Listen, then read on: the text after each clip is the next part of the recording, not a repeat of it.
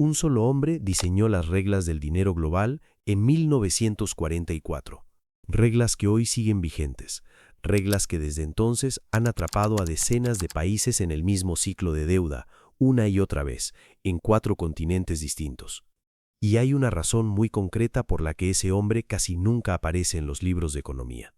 Una razón que cuando la escuches va a cambiar cómo ves todo lo que viene después. Su nombre es Harry Dexter White, y antes de contarles lo que descubrieron sobre él, necesitan conocer lo que construyó. Porque cada 24 horas, los países más pobres del mundo pagan 3.800 millones de dólares solo en intereses de deuda. No en capital, solo en intereses. Y ese dinero fluye hacia los mismos lugares desde hace 80 años, siguiendo exactamente las reglas que White escribió en 3 semanas en un hotel de montaña. Para entender por qué importa quién era White, primero hay que entender de dónde venía. Hijo de inmigrantes judíos pobres en Boston. No entró a la universidad hasta los 30 años. Llegó a Harvard por puro talento y desde ahí trepó hasta convertirse en el economista más poderoso del Tesoro de Estados Unidos. No era un político, no salía en portadas, pero cuando los gobiernos necesitaban entender cómo funcionaba el dinero global, White era el hombre al que llamaban. En julio de 1944, con la Segunda Guerra Mundial todavía sin terminar, 44 países mandaron delegados a Bretton Woods, un hotel de montaña en New Hampshire. Su misión era diseñar el sistema financiero del mundo que vendría después de la guerra. Nadie quería repetir los años 30, cuando la falta de coordinación financiera global convirtió una recesión en una depresión que duró una década y preparó el terreno para el conflicto más mortífero de la historia. En esa sala había otro gigante, John Maynard Keynes, el economista más influyente de su época, representando a Gran Bretaña. Keynes quería un sistema equilibrado, donde ningún país tuviera demasiado poder sobre los demás. White quería que el dólar fuera la moneda de reserva global, lo que en la práctica significaba que Estados Unidos controlaría el sistema. Se enfrentaron durante 3 semanas. White ganó, y de esa victoria nació el Fondo Monetario Internacional. Lo que nadie en esa sala sabía, o al menos eso dijeron después, es quién era realmente Harry Dexter White. Y esto puede cambiar la forma en que saques una conclusión, pero antes vamos a ver lo que construyó y lo que su construcción le hizo al mundo. El FMI nació con una misión que sonaba razonable: prestar dinero a corto plazo a países con problemas financieros para que pudieran estabilizarse. Un puente, una solución temporal. Pero el sistema que White diseñó tenía algo que lo hacía diferente a cualquier prestamista normal. Podía imponer condiciones sobre cómo un país maneja su propia economía a cambio del préstamo. Esas condiciones siempre incluyen lo mismo: recortar el gasto público, que en la práctica significa menos dinero para salud, educación y subsidios; subir impuestos, privatizar empresas del Estado, abrir el mercado a competencia extranjera; y devaluar la moneda. El argumento es que estas medidas recuperan la confianza de los mercados y generan las condiciones para crecer. Y suena lógico hasta que ves lo que ocurrió en la práctica. Los países que llaman al Fondo Monetario Internacional no lo hacen en sus mejores momentos. Lo hacen cuando ya no tienen reservas, cuando nadie más les presta, cuando están con el agua al cuello. Y en ese momento, rechazar las condiciones del Fondo Monetario Internacional equivale a hundirse sin salvavidas. No necesita obligar a nadie. Solo necesita ser el único que queda cuando todos los demás se fueron. Eso es el poder real del sistema que White diseñó. Y lo que ocurrió después en 4 continentes distintos siguió el mismo guión. Siempre el mismo. Zambia se independizó en 1964, siendo el tercer mayor productor de cobre del mundo. Tenía con qué construir un país. Cuando la deuda se acumuló en los años 80, el FMI llegó con el manual. Privatiza las minas, abre el mercado, recorta el gasto. Las minas pasaron a manos de multinacionales y la mayor parte de las ganancias salió directamente hacia accionistas en el exterior.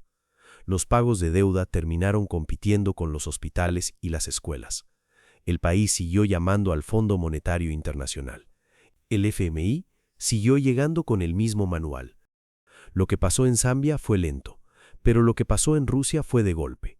Cuando la Unión Soviética se disolvió en 1991, Rusia tenía gas, petróleo, minerales y una fuerza laboral altamente educada.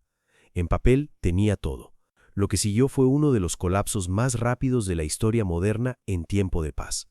El FMI diseñó para Rusia la terapia de choque, cambiar todo de golpe, de una sola vez. Los precios se multiplicaron mientras los salarios se congelaron. La esperanza de vida masculina bajó 7 años en menos de una década.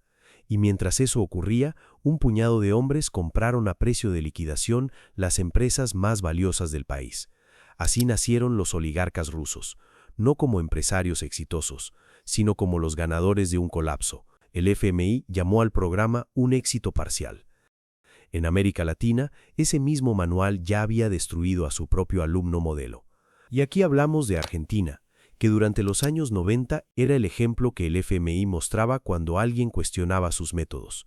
Había privatizado, controlado la inflación y atado el peso al dólar en una relación 1 a 1. Los inversores aplaudían, pero atar tu moneda al dólar cuando tu economía no tiene la misma productividad significa perder competitividad año tras año sin poder hacer nada. El desempleo subió, la deuda creció. El FMI siguió aprobando. En diciembre de 2001, todo explotó. El gobierno congeló los depósitos bancarios. La gente no podía sacar su propio dinero. En 2 semanas cayeron 5 presidentes. 39 personas murieron en las protestas. Y el FMI retiró su apoyo, exactamente en el momento más crítico.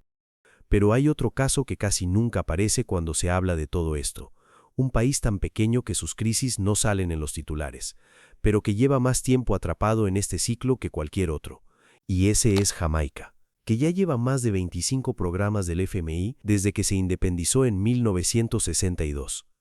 El resultado fue una deuda que superó el valor de toda su economía anual y una emigración masiva de su población más educada.